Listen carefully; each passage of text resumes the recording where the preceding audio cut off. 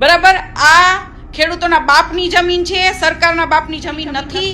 સરકાર છે એટલે એનો મતલબ એવો નથી કે પોતાના નિયમો ભૂલી જાય।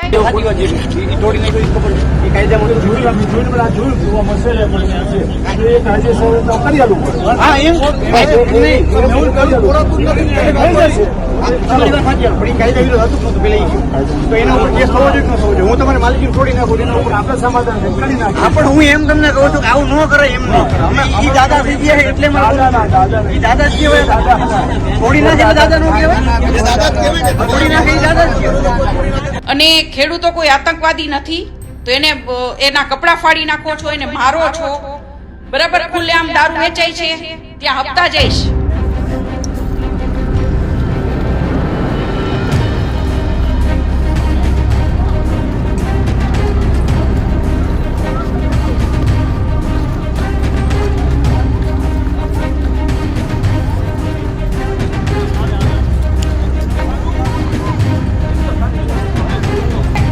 ધ્યાન રાખો અને જો આ પબ્લિક એક થઈ ગઈ તો પોલીસને પણ ભાગવું બહુ વહેમું પડી જશે। તો સરકારશ્રીને હું કહેવા માંગુ છું કે ખેડૂતોની જમીનમાં ખેડૂતોને પૂરતું વળતર મળે।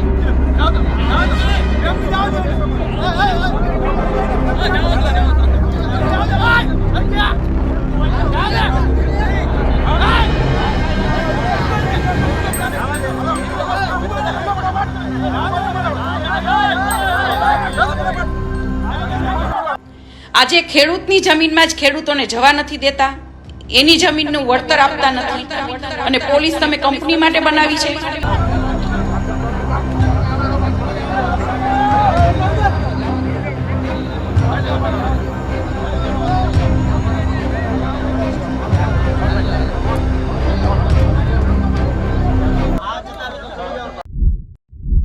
સુરેન્દ્રનગરના કોણ ગામમાં જે રીતે ઘટના ઘટી છે, ખેડૂતો ઉપર અત્યાચારના વિડીયો આવ્યા છે, પોલીસ દમનના વિડીયો આવ્યા છે, તેને લઈને હવે ક્ષત્રાણી આગેવાન પદ્મનીબા વાળાએ પણ પોતાની નારાજગી વ્યક્ત કરી છે।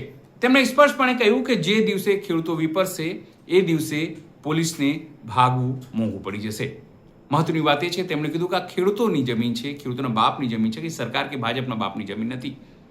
તો ત્યાં સુધી કહી દીધું કે સરકાર ખેડૂતો સાથે નરમીથી વર્તે જેથી આગામી દિવસોમાં કોઈ સમસ્યા ન થાય।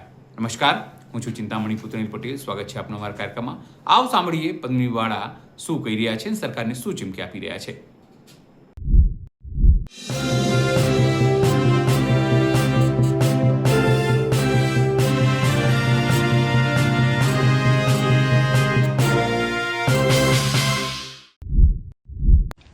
જય હિન્દ, જય ભારત। કોંઢ ગામનો બનાવ જોઈ રહ્યા છીએ, ખૂબ જ દુઃખ થાય છે કે ખેડૂત એ જગતનો તાત છે। તો આજે ખેડૂતો ઉપર ખોટી તાનાશાહી અને જે ખોટી હિટલરશાહી આ સરકાર દેખાડી રહી છે, તો આ બધું બંધ કરી દેજો। આજે ખેડૂતની જમીનમાં જ ખેડૂતોને જવા નથી દેતા, એની જમીનનું વળતર આપતા નથી અને પોલીસ તમે કંપની માટે બનાવી છે।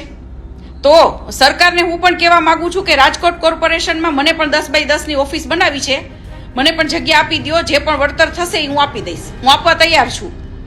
તો આ કદી પણ ન ચાલે અને ખેડૂતો કોઈ આતંકવાદી નથી તો એને એના કપડા ફાડી નાખો છો, એને મારો છો, બરાબર ખુલ્લેઆમ દારૂ વેચાય છે ત્યાં હપ્તા જઈશ, ત્યાં કાંઈ નથી થતું।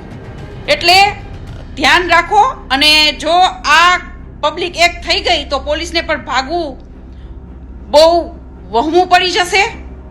તો સરકારશ્રીને હું કહેવા માંગુ છું કે ખેડૂતોની જમીનમાં ખેડૂતોને પૂરતું વળતર મળે।